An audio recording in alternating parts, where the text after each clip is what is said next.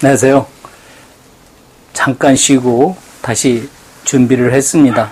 이 찌라는 거 얘기가요, 굉장히 어렵습니다.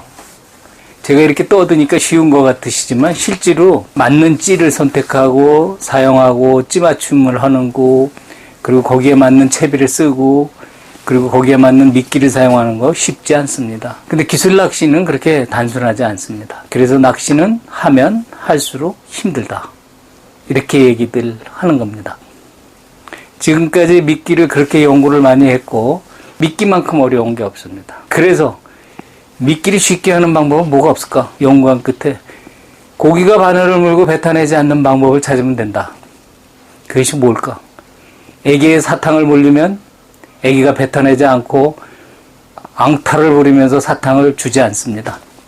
엄마가 아무리 뺏으려고 그래도 소리 지르면서 손을 뒤로 숨기고 막대 사탕을 입안에서 녹여 먹는 그 맛이라는 것은 입에서 빼고 싶지 않을 정도의 느낌을 가집니다. 물고기도 그렇게 될 수는 없을까요? 물고기가 바늘을 오래 물고 있게만 한다면 찌는 올라올 수밖에 없습니다.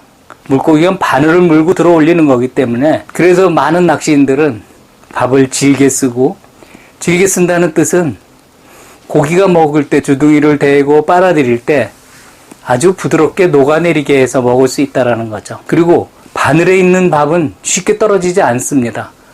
혹자의 사람은 물속에 들어가면 다 똑같은 거 아닙니까 하는데 그렇지 않습니다. 바늘에 붙은 밥은 잘못하면 터집니다. 그게 점성의 문제고 부드러움의 문제입니다. 부드럽게 만들어 사용하면 그 밥이 오래 붙어 있습니다.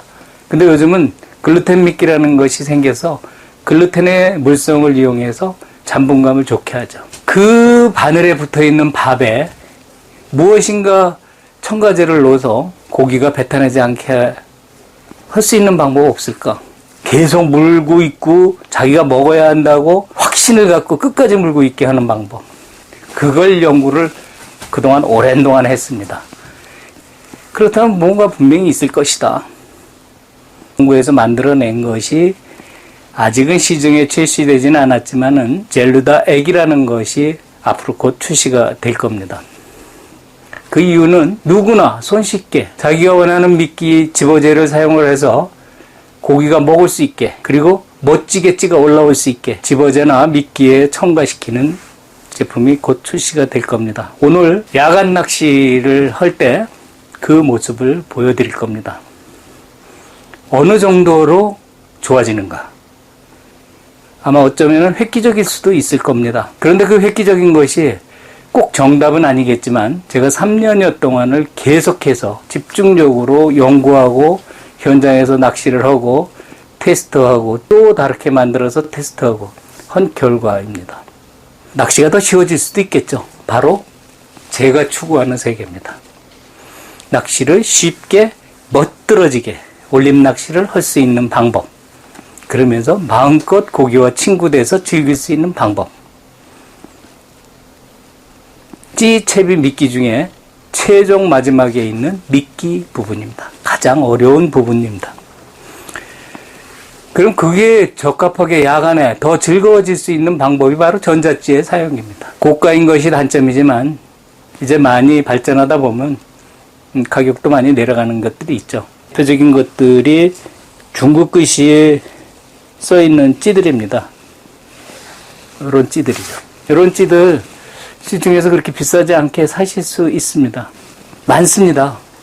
지금은 찌가 OEM식으로 중국에서 많이 만들어 옵니다. 완성품으로도 만들어 오고 소품으로 부분적으로 따로 만들어서 그걸 조합하고 그래서 자기만의 로고를 넣고 해서 만드는 경우도 많이 있습니다.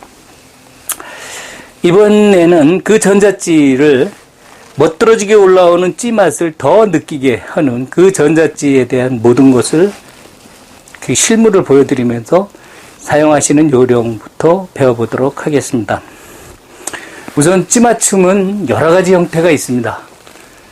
일반적인 찌 낚시에서도 찌를 어떻게 맞추냐에 따라서 케미고모 하단에 맞추느냐 또는 뭐 한마디를 내놓고 맞추느냐 뭐 여러 가지 형태의 것들이 있습니다. 기본적인 낚시의 개념은 과거에는 우리가 옛날에 하던 낚시는 찌 끝에 아무것도 없던 시대입니다. 그리고 야간에 칸델라불로 불을 비치면서 여기다 은박 테이프를 붙여서 보게 되죠. 그런 찌들이 과거의 찌들입니다. 그런 찌들이 이런 찌죠. 과거에 이렇게 시인성 때문에 이런 찌들을 사용하셨습니다. 상당히 둔탁합니다. 그래도 노지 낚시기 때문에 입질을 받으면 다 움직이죠. 근데 많이 안 올라오는 경우가 상당히 많죠. 그건 어쩔 수가 없습니다. 이런 찌들이었기 때문에. 야간에 여기다 케미를 끼죠. 야간에 케미를 꺾어서 이렇게 끼워 놓으면은 야간에는 이것이 물속으로 다 들어가죠.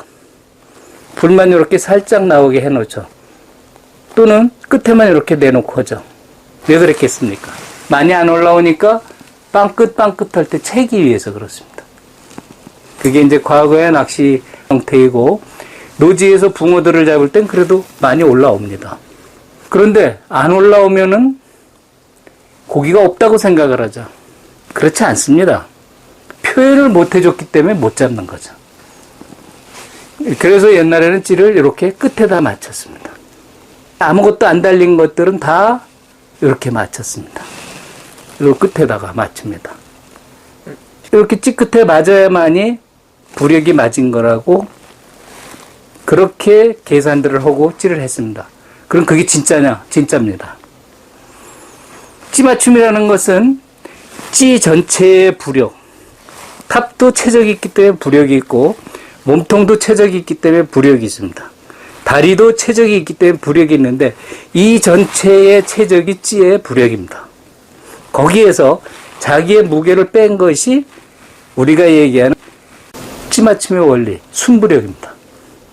밑에 달리는 추입니다. 밑에 달리는 추는 자기 무게가 작을수록 많이 달립니다. 자기 무게가 많을수록 조금밖에 안 달립니다. 그게 찌맞춤의 기본 원리입니다. 그래서 과거에는 상단에 아무것도 없었기 때문에 끝에다 맞춘 것이 정답입니다. 바늘이 물론 없는 상태입니다. 원칙은 찌맞춤은 무조건 바늘 없이 찌끝이다. 아무것도 없을 때. 그 뒤로 점진적으로 위에 주간에 보기 위해서 이런 주간 케미가 붙게 됩니다. 이런 것들이 주간 케미입니다. 야간에는 여기가 맞는데 주간에는 이것이 달라붙습니다. 새로운 무게가 생기죠. 이거 끝에다 맞추시면 안 되는 거죠. 그래서 항상 케미고무 밑에 가장 가는데 그걸 기준점으로 삼습니다. 이렇게 생각하시면 됩니다. 새롭게 나온 부력과 최적, 이건 부력이 상당히 큽니다. 이거 다 들어가려면은 아마 1g 이상 더 들어갈 겁니다.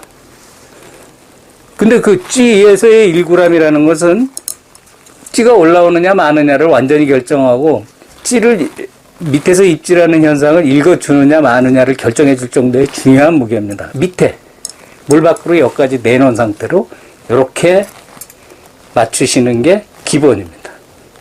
없을 때는 이렇게 맞추는 게 기본입니다. 바늘은 없는 상태입니다. 일단 어디서 맞추시건, 부력통에서 맞추시건, 노지에서 맞추시건 무조건 끝이 기본입니다.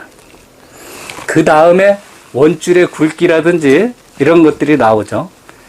그리고 부력통에서 맞았을 때 고려해야 하는 것은 케미의 무게, 또는 케미의 무게는 다 틀립니다. 같은 회사 제품이라 할지라도 화학 케미도 다 틀립니다. 이 케미의 무게는 0.22g이 기본인데, 요 안에 있는 앰플, 유리관이 있는데 유리의 두께에 따라서도 틀리고 회사마다 틀려요. 용액의 양에 따라서도 틀리고. 유리관에 들어있는 것이 빛을 발산시키는 화학작품입니다. 유리관 밖에 있는 것이 과산화수소라는 겁니다. 99.9%의 아주 순도가 높은 과산화수소가 있습니다. 그 과산화수소가 옥살레이트가 터지면서 둘이 화학작용을 하면서 열이 나고 그러면서 빛이 발생합니다. 반딧불의 원리죠. 양이 기계로 정량 주입을 한다 하지만은 그렇게 정확하지 않습니다. 그래서 여기 0.25라 하지만 0.30 나가는 것도 있습니다. 자, 이 요소들이, 이 위에 있는 요소들이 상당히 다양한 것들이 있다는 거죠. 그러니까 그 최적에도 부력이 있는 것이고 자체에 들어가 있는 물질에는 무게가 있죠. 주간에 사용하는 이 케미가 꼭 야간에 사용하는 이 케미와 일치한다 볼 수가 없습니다. 그러다 보니까 어떤 찌가 나왔냐? 아예 일체형의 찌가 나오는 거죠. 하나짜리 전자찌 개념으로 일체형이죠. 일체형의 찌가 나오면은 주간에도 보고 야간에도 보는 거죠. 아예 고정으로 만들어 놓습니다. 그래서 고정점은 케미고무 하단 이렇게 맞춥니다. 수조통에서 이렇게 맞추는 거는 노지에 나가면 조금 무거운 요소들이 생기죠. 유동고무라든지 멈춘고무라든지 줄의 종류가 카본이냐 모노냐에 따라서 약간씩의 차이가 나기 때문에 현장에 나가서 다시 또 한번 맞춥니다. 무조건 여기다 맞추신 다음에 수심을 맞춥니다. 그래서 한 마디를 내놓고 수심을 맞춥니다. 그러고 나서 마지막 찌 맞춤은 3단계에서 이 내놓은 상태에 바늘을 달고 천천히 입수하는 모습이 보여주면 됩니다. 그거의 최고의 정점은 바로 2단 입수입니다. 대략적인 목줄 길이만큼 섰다가 여기에 섰다가 찌가 서서히 이렇게 들어가는 거죠. 그래서 내가 맞춰놓은 한마디 수심에 딱 맞습니다. 절대로 추가 떠 있는 게 아닙니다. 붙어 있는데 거의 제로에 가깝게 붙어 있는 겁니다.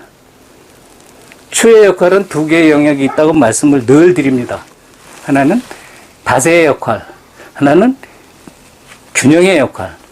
지금 제가 얘기 드리는 것은 다세 역할을 안정적으로 아주 최소화시켜서 찌를 민감하게 균형을 깨트릴 수 있는 방법. 그것이 2단 입수입니다. 일부 전자찌에서는 톱이 1.5mm입니다. 그럼 이건 머리가 없을 때와 머리에 시인도를 주관해 보기 위해서 놓았을 때 차이가 있습니다. 붙였을 때는 반드시 끝까지 무게를 맞춰줘야 됩니다. 이건 케미고무 하단이죠? 똑같습니다. 이 끝이 아닙니다. 집어넣어서 주간케미 하단. 이렇게 맞추셔야 됩니다. 그리고 2단 입수 이것도 잘 나옵니다.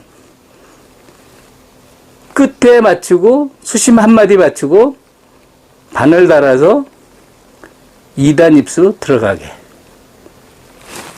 그러면 1.5mm 톱도 죽이게 올라옵니다. 더군다나 이거 같은 경우는 스마트 캠입니다. 보십시오. 번쩍저쩍 하면서 올라옵니다. 색깔 변하면서. 어떻게 야간 낚시에서 이걸 따라오겠습니까? 그러면 전구가 있는 찌들이 있습니다. 이것도 스마트입니다. 최신형이죠. 전구가 속으로 내장되어 있는 겁니다. 튜브에 속으로 내장이 되어 있습니다. 예, 유리섬유 톱이 있어가지고 그 톱에 속에 내장 전구가 들어갑니다. 세팅이 되면은 요 끝에까지 넣어서 밑으로 들어옵니다. 끊어지는 거 없습니다. 이거는 아무것도 없을 때는 찌끝, 있을 때는 여기 무조건 내놓고 맞추십니다. 이렇게 같은 위치로 찌끝을 이렇게 맞추는 겁니다. 요건 여기, 요건 요 끝에다. 그리고 수심 맞추는 건 한마디에다 맞춥니다. 한마디 나오게, 한마디 나오게. 이렇게 맞추죠. 자, 이 상태에서 찌를 수심을 찍은 다음에 섰다 들어가지 않으면은 섰다 들어갈 때까지 조금 아주 미세한 힘입니다. 여러 번 깎으시다 보면 갑자기 찌가 뚝 씁니다. 아이쿠 너무 깎았네? 아니요. 3초 기다리세요. 아니면 4초 지났을 때도 들어갈 수 있습니다. 물론 원줄의 굵기에 따라 틀립니다. 그러면은 천천히 들어갔다가 서서 천천히 들어가죠. 처지는 힘에 의해서 들어가는데 어떤 분은 2단 입수는 의미가 없다. 의미 없으면 안 하시면 됩니다. 절대 뜬 낚시가 아닙니다. 뜬 낚시 아닙니다. 단지 0점에 가장 가깝게 근접한 맞춤입니다. 특별한 것도 아니고 찌맞춤을 정교하게 하는 겁니다. 자, 제 칠판을 보시겠습니다. 자, 찌맞춤의 기본은 찌끝맞춤이라고 말씀드렸습니다. 그거는 아무것도 없을 때를 말하는 겁니다. 주간 돋보기가 부착해서 맞출 때는 케미고무 하단 맞춤입니다. 수심은 한마디를 내놓고 맞춘다. 무슨 소리냐? 이것이 끝에 맞췄기 때문에 최소한 바닥에 닿게 하는 모습이 보이거나 위치에 변화가 생길 때 안정감을 확실하게 주기 위해서는 한마디를 내놓으시면 안정을 시켜주는 거죠. 안정감을 줄 수 있어서 찌의 오차를 잡아줄 수가 있는 겁니다. 가장 사용하시기 편하십니다. 당겨도 민감하게 작용하고 밀어도 민감하게 작용합니다. 다시 말하자면 찌 끝에 맞춘 것을 한마디 수심을 내놓으면 0.1g 정도 무게를 더 주는 효과가 있습니다. 체적을 그만큼 빼주셨기 때문에 이 경우 그 상태에서 안정적인 상태를 유지하고 있다. 물고기가 반응하면 최초의 입질은 당겨집니다. 이렇게 요게 다 보이게 되죠. 그러나 궁극적인 고기 입에 바늘이 들어가면 올라오기 시작합니다. 한 마디 또는 두 마디. 번쩍. 아직 챔질 시기가 아니죠. 333 기법에서 뭐라 그랬습니까? 세 번째 올라오는 거는 고기가 먹기 적당히 밥이 풀렸기 때문에 잘 올라온다. 그때 올라올 땐 천천히 올라오죠. 가령 이것이 뻥, 뿅 이렇게 올라온다 그러면 이건 찌맞춤이 잘못된 겁니다. 분명히 뭔가 잘못된 겁니다. 아니면 잘못된 어종이 온 겁니다. 두세 번 반복해서 낚시를 해보시면 고기의 흥분을 가라앉혀서 놔두면 정상적인 입질로 다 나타납니다. 처음에 고기들은 그래서 땡기고 그러는 게 많습니다. 그분들도 관찰하는 거죠. 그러나 궁극적으로 우리가 원하는 건 올라오는 건데 완전히 땡길 때는 할 수 없이 채지만 올라오면 기다리는 겁니다. 이걸 추구하는 게 이겁니다. 근데 이것이 내가 조금 더 이가 올라오긴 올라오는데 신통치가 않아. 그래서 자꾸 끌러. 그러면 의심병에 빠져보십시오. 이거 가벼울 수도 있겠다. 얼른 찌를 한 마디 더 올립니다. 그러면 추는 더 안정적인 역할이 되죠. 그때 쫙 올라오면 이건 약간 가벼웠던 거죠. 네. 2단 입수가 정상적으로 됐다 할지라도 그날의 상황은 그게 아니구나. 편납이나 세링 하나, 작은 거 하나 0.1짜리를 딱 붙여줍니다. 그러면은 다시 수심을 한마디 내려놓고 원래대로 해보면 한마디 내놓은 거의 효과와 0.1g의 효과가 상쇄가 돼서 한마디가 다시 들어가도 닷은 안정적으로 있기 때문에 찌오름이 전혀 다르게 뿅뿅하지 않고 천천히 움직이게 됩니다. 또 하나의 방법은 찌맞춤을 아무리 잘했다 할지라도 시간이 지나면 찌가 무거워집니다. 부력체라는 것은 온도에 적응하기 때문에 부력이 작아지면 작아질수록 부력이 온도에 의해서 수온보다 외기 온도가 더 떨어지면 미세하지만 부력이 변화가 옵니다. 아주 작지만 한 마디 정도의 영향도 정밀 낚시에서는 중요하거든요. 다른 이유도 있지만 그럴 때는 다시 찌를 내리시고 찌 점검을 한번 해보시거나 아니면 세링이나 뭐를 살짝 붙여서 다시 해보시는 거죠. 그래서 응급 방법으로 찌를 두 마디를 내놓고 해보시라는 겁니다. 그러면 0.2가 나온 꼴이 되기 때문에 추가 안정적인 상태가 유지돼서 고기가 밥을 먹을 때 안정적으로 먹을 수가 있습니다. 물론 이것은 목줄의 길이도 영향이 있습니다. 바늘의 크기도 영향이 있습니다. 이건 기본적으로 이론상으로 밑은 고정화시키고 위에 있는 찌맞춤에 대해서만 얘기하는 겁니다. 이거 정도면 이 찌 맞춤에 대해서 뭐 거의 마스터 하신다고 보셔도 돼요. 어떤 찌든 동일하다 이렇게 생각하시면 됩니다.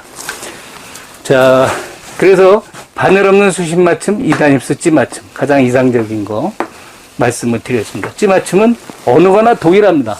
그래서 부착형은 이런 식으로 해서 공제를 해서 찌를 맞춘다.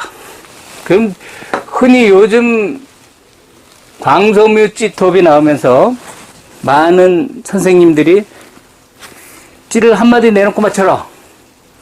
그리고 두 마디 내놓고 뭐 얼핏 봐가지고는 똑같은 얘기예요.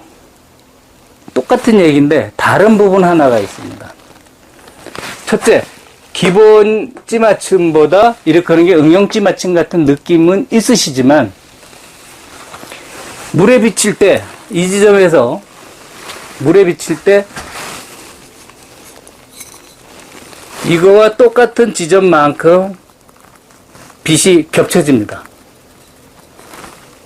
이렇게 겹쳐져요. 이게 물수면입니다. 이 두 개가 물수면이 이렇게 비치면 보통 이게 안 보이더라도 이렇게 보이거든요. 잘 보일 것 같으세요? 이거 안 보입니다. 조금 올라와 봐요. 서로 투영되는 빛과 원래 있는 찌톱에 있기 때문에 그것이 올라와도 계속 중첩돼서 있기 때문에 잘 안 보입니다. 이런 등이 하나짜리의 경우는 올라오면 올라올수록 이 간격이 멀어지니까 쉽게 구분이 되는데 이런 찌들을 이렇게 해놓고 투영되는 거리가 이만큼이 됩니다. 올라와도 안 보입니다, 이거.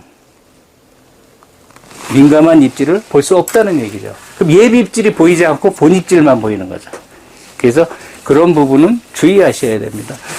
이게 찌 한 마디 내놓는 맞춤은 유명하신 분들이 찌를 좀 더 민감하게 쓰기 위해서 이 얘기를 하십니다. 광섬유 톱은 예전에 다 둔했거든요. 우리가 쓰고 있는 바닥올림 낚시의 기본적인 게 0.6입니다. 0.6, 0.8인데 굵기에 비교를 해보십시오. 이쪽을 막대기라 그런다면 이쪽은 뭐라 그래야 하나요? 아주 가는 0.6입니다. 1.5입니다. 무려 0.9만큼. 직경이 0.9만큼 차이가 납니다. 그럼 표면 장력도 그렇게 커지는 거죠. 그래서 그런 계산을 하시는 선생님들이 이걸 한마디 내놓고 맞춰서 좀 더 가볍게 맞춰라. 그리고 세 마디를 내놔라. 무슨 뜻입니까? 찌 세 마디만 올라와도 찌 이만큼 올라온 거로 보이죠. 세 마디만 내놔도 찌 이렇게 올라오죠. 왜? 이미 세 마디가 나와 있으니까. 전 아니라고 봅니다. 그분들이 생각할 땐 그게 더 아름답죠. 더 많이 나온 걸로 보여야 되니까. 저는 그렇게 생각하지 않습니다. 세 마디 내놓은 것과 끝에다 맞춰서 한 마디 내놓은 거, 글쎄 큰 차이는 없어요. 그렇다면 우리의 목적이 이 불의 마디 모든 것이 움직이는 걸 본다면은 이거는 아니라고 봅니다. 기본의 찌맞춤에 어긋나는 찌맞춤이라고 생각합니다. 그럼 실제로 많은 분들이 그렇게 하는 분들을 이렇게 조절을 해서 해보면은 올라오는 게 다 구경을 할 수 있죠. 근데 이걸 내놓고 오면은 이 2배만큼서부터 보는 거예요. 그러면 얼마 안 올라와도 찌 다 올라온 거죠. 10마디에서 3마디를 빼고 3마디는 반사가 되고 그럼 4마디만 올라오면 다 올라온 거 아니에요. 저는 그래서 그거는 위장이다 이렇게 봅니다. 그럼 이걸 여기다가 찌 맞춰서 이렇게 내놓은 것이 그럼 안 올라오냐? 잘 올라옵니다. 그건 찌 맞춤의 논리인데요. 기본 논리인데. 그래서 그것이 나쁘다 좋다를 떠나서 더 민감하게 쓰신다라고 한마디를 내놓고 맞추는 게 더 민감한 찌 맞춤이다라고 얘기를 하시지만 더 민감하지 않습니다. 그냥 화장한 거와 같습니다. 그렇다면 찌 맞춤은 정상적인 기본 맞춤으로 하십시오. 그리고 가볍다라고 생각하면 한마디 더 내놓으십시오. 그게 맞는 정석입니다. 낚시란 객관적인 근거로 객관적으로 누구에게나 공평하게 적용될 수 있는 기술이 적용이 돼야 됩니다. 틀렸다는 얘기는 절대 아닙니다. 모두가 공평하게 쓸 수 있는 찌맞춤은 기본 찌맞춤입니다. 찌끝 맞춤입니다. 케미가 달려있는 상부에 있는 것들이 있을 경우는 케미고무 하단 맞춤입니다. 그대로 해보시면은, 그리고 2단 입수까지 만들어 주시면 분명히 찌는 잘 올라옵니다. 이제는 찌의 종류별로 제가 좀 설명을 드려보도록 하겠습니다. 요거는 광소미톱인데 30cm 광소미톱입니다. 이 제품에만 맞게끔 만들어진 겁니다. 이런 것들을 하는 이유가 찌 오름이 좋을 땐 이거 갖고 몸통을 찍으면 좋지만 불이 약하니까 그래서 호환형으로 빼고 긴 톱 30짜리 20짜리보다 더 긴 30짜리 톱을 갈아 낍니다. 이렇게 갈아 끼면 30짜리 톱이죠. 낭창거리지만 찌 올라오는 건 전혀 관계없습니다. 물속에서 다 장력으로 잡는 거기 때문에 올라오는 건 전혀 관계없습니다. 다시 빼서 이렇게 빼시면은 똑같은 톱입니다. 굵기가 대파가 없는 스트레이트 톱입니다. 그래서 저 같은 경우는 이렇게 3분할 하게끔 해서 부품 소재별로 구매를 하실 수 있게 이렇게 만들었습니다. 1.5mm 톱이죠. 훨씬 굵어 보이죠. 중충하시거나 내림하실 때 딱 마디를 잘라보고 싶을 때 또는 주간 낚시 때 이걸 사용하시면 됩니다. 또 아까 보여드린 이런 거는 일체형입니다. 425 배터리를 놓으면은 센서가 작동하죠. 찌가 움직이면 색깔이 변하죠. 이런 기술까지 지금 들어와 있고, 그러니까 일반적으로 이제 전자케미라 그러는 게 초기에 형이 이런 거죠. 일자형 전자케미. 요건 0.25g 정도 방울케미 정도의 무게입니다. 요게 이제 최신형들 찌입니다. 최신형 스마트 찌죠.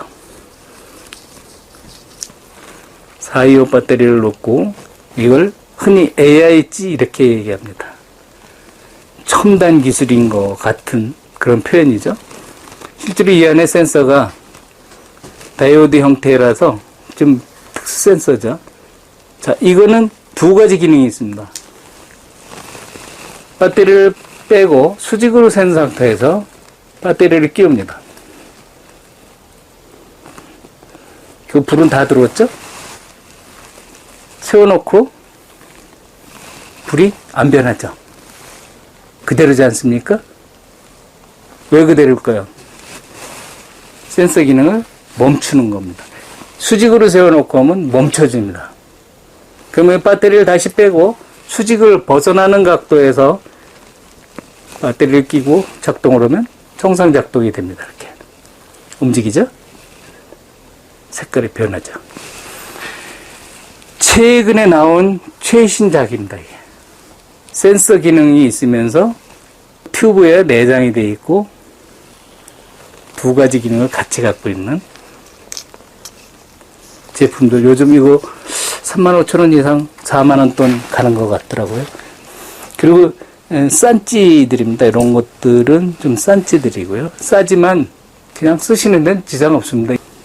이런 것들이 이제 발전하는 단계에 튀어나와 있는, 돌기 나와 있는 전구의 겉에다 물방울을 만드는 빛을 확산시키는 기능이 있죠. 그리고 머리가 완전히 크죠. 나사식으로. 이 기능은 피스톤식과 나사식 두 가지가 있습니다. 나사식이 대부분이고 이 안에 있는 링을 잘 관리하셔야 돼요. 링이 없으면 물이 새서 부력이 변화가 생깁니다. 물이 스며가 들어갑니다. 그 부분을 얘기를 드려야 돼요. 톱이 굵으면요, 저부력은 안 됩니다. 일부 중국제 찌들 중에 저부력지에 톱이 1.5mm 되는 것도 있고 1.7mm짜리도 있습니다. 그거요, 잘 안 올라옵니다. 솥대가 굵으면 굵을수록 순부력이 커야 됩니다. 그래서 몸통이 이렇게 있어야 됩니다. 이건 거의 5g대 나갑니다. 올라가는데 저항치를 다 해결해주는 찌오름이 되고, 밤에 찌 올라오는 거 보면 진짜 이쁘게 올라오더라고요. 뭐 비싼 것만이 좋은 거는 아니고 싼 찌들도 잘 선택하시고 부력이 좀 있는 걸 선택하시면 찌 잘 올라옵니다. 그 다음에 제가 지금 새롭게 만드는 저희 전자찌입니다. 센서찌는 아니고 이렇게 불이 들어오죠. 이렇게 된 거죠. 약간 조밀하게도 하고 약간 한마디는 이렇게 내놓지만 요 오렌지 불빛이 나왔다 들어갔다 하면서 이게 입질 초기 입질 형태죠. 녹색 적색으로 올라오면서 마지막 만세점이 여기입니다. 아주 괜찮더라고요. 저희 낚시터에서 구매하실 수 있고요. 이렇게 쓰실 수 있습니다. 오늘 사용할 겁니다. 있지는 오늘 사용해서 보여드릴 거예요. 마지막으로 이런 것들은 다 장단점이 다 있습니다. 그 중에 이 찌를 오래 사용할 수 있도록 최고의 단점이 전자찌가 요즘 가장 큰 문제점이 수명의 문제입니다. 내구성의 문제입니다. 가장 찌를 오래 사용할 수 있으면 좋은데 찌 하나 사서 한 번 출조하니까 불 안 들어와. 두 번 출조하니까 아예 껌뻑껌뻑 하던 것도 없어져. 자, 이걸 어떻게 응급조치를 하고 계속 사용할 수 있을까? 전자찌들의 불량률을 보면은 가장 많이 발생하는 것은 접지점입니다. 접지점. 제일 문제가 많습니다. 불이 들어왔다 나갔다 들어왔다 나갔다. 이게 접지점 때문인 경우가 대다수의 경우이고, 두 번째의 경우가 배터리의 불량입니다. LED에 따라서 오래 쓰는 LED가 있고 그렇지 않은 LED가 있습니다. 회사마다 LED 사용하는 게 다 다릅니다.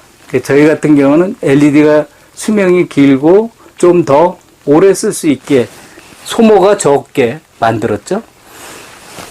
이렇게 불을 다점등 만드는데도 3둘둘을 사용해서 오래 쓸 수 있어요. 물론 하나인 것보다는 오래 못 씁니다만은 오래 쓸 수 있어요. 그건 왜 그러냐? 이 전구가 아주 전력을 소모하는 양이 아주 작기 때문에 그렇습니다.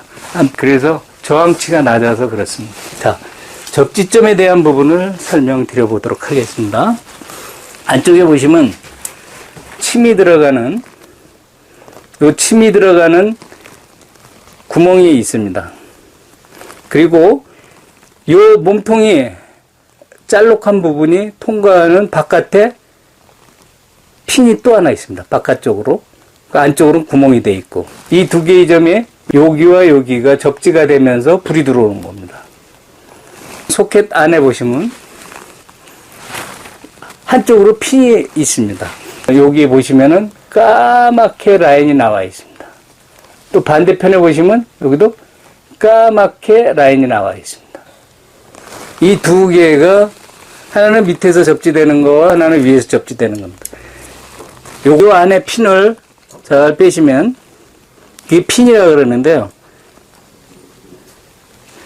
핀에 닿으면은 이 핀에 닿으면은 이렇게 불이 들어와요. 다시 보면은 이 끝과 속에 닿고 요게 이 두 개가 접지되면서 비로소 불이 들어오는 거죠.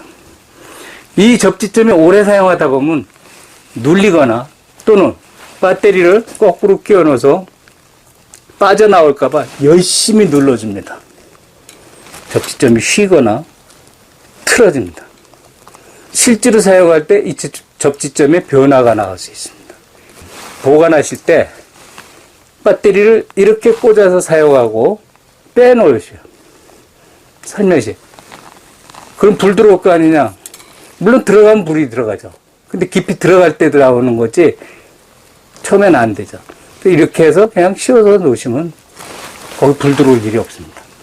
그렇게 사용하시는 게 가장 좋습니다. 접지점을 오래 쓸 수 있습니다. 그 다음에 기존에 하듯이 접지점 이렇게 보시면 접지점에 닿아요. 이걸 강제로 더 밀어넣어요. 그러면 궁뎅이가 그 접지점을 꺾어버려요. 그럼 다음에 머리가 들어갈 때 접지점에 문제가 생겨요. 살짝만 걸쳐주시면 돼요. 나머지 부분 배터리에 대해서는 배터리 관리에 대해서 설명을 드릴게요. 그러니까 요거를 이렇게 분리해서 따로 놓으시는 것도 좋고, 이거를 이렇게 분리해서 따로따로 보관하는 방법도 있는데, 이 배터리가 떨어져 있으나 뭐 자연 방전은 될 수밖에 없습니다. 그러니까 따로 어디다가 해놓으신다. 아무리 잘 관리하셔도 그냥 방전이 되니까 그냥 캠이랑 꽂아 놓으십시오. 이렇게 꽂아 놓으셔요. 어떤 분은 아예 하루에 한 번 쓰고 버립니다. 전 좀 아깝더라고요. 그렇게 쓰긴 좀 아깝고요. 이거를 분리해서 보관하느냐 마느냐는 그렇게 중요한 게 아니라 배터리의 수명에 관련됐고, 접지점의 관리는 살짝만 밀어 놓으라는 겁니다. 이것도 그렇게 살짝 끼워서 주간에 그냥 사용을 하시는데 잘못하면 이거 빠져나가죠. 주간 케미로 교체해서 쓰시면서 무게를 다시 맞추는 수밖에 없습니다. 그렇게 쓰시는 게 오히려 합리적이죠. 다음에 불이 갑자기 안 들어와요. 배터리를 끼워도 막 이거 사정없이 돌리시지 마시고요. 살짝 해서 탁 쳐서 두면 불 들어옵니다. 너무 꽉 끼려고 애쓰실 필요 없어요. 너무 세게 꽉 낄 필요 없어요. 돌리지 마세요. 그냥 위에서 밑으로 이렇게 눌러주기만 하세요. 그냥 눌러주는 걸로 끝내셔야지 오래 쓰실 수 있어요. 그리고 이걸 분리하는 거는 배터리를 보호하려기보다 여기에 접지점을 보호하는 거니까 아무것도 안 들어가게 깨끗한 데다 보관하시면 됩니다. 자, 요 약실에 대한 부분, 여기에 불이 잘 안 들어온다. 그러실 경우는 오핀 같은 거 송곳 끝으로 이 밑에 바깥에 튀어나와 있는 접점을 안쪽에 보면 번쩍번쩍 해가지고 알루미늄판 하나가 나와 있는 게 있습니다. 그것이 접히거나 밀려 들어가면은 접지가 나쁩니다. 그래서 배터리를 끼실 때 헐렁헐렁하게 들어가면은 이렇게 좀 뭐 탁탁 걸리는 느낌이 있어야지 헐렁헐렁 들어가면은 안 됩니다. 이렇게 덜렁덜렁거린다. 혹시 지금 제가 다 완전히 끼진 않았지만 덜렁덜렁거린다. 그리고 자꾸 빠진다. 그러면은 아까 말씀드린 대로 송곳으로 오핀이 제일 좋습니다. 그림으로 볼게요. 이렇게 소켓이 있어요. 이거 판입니다.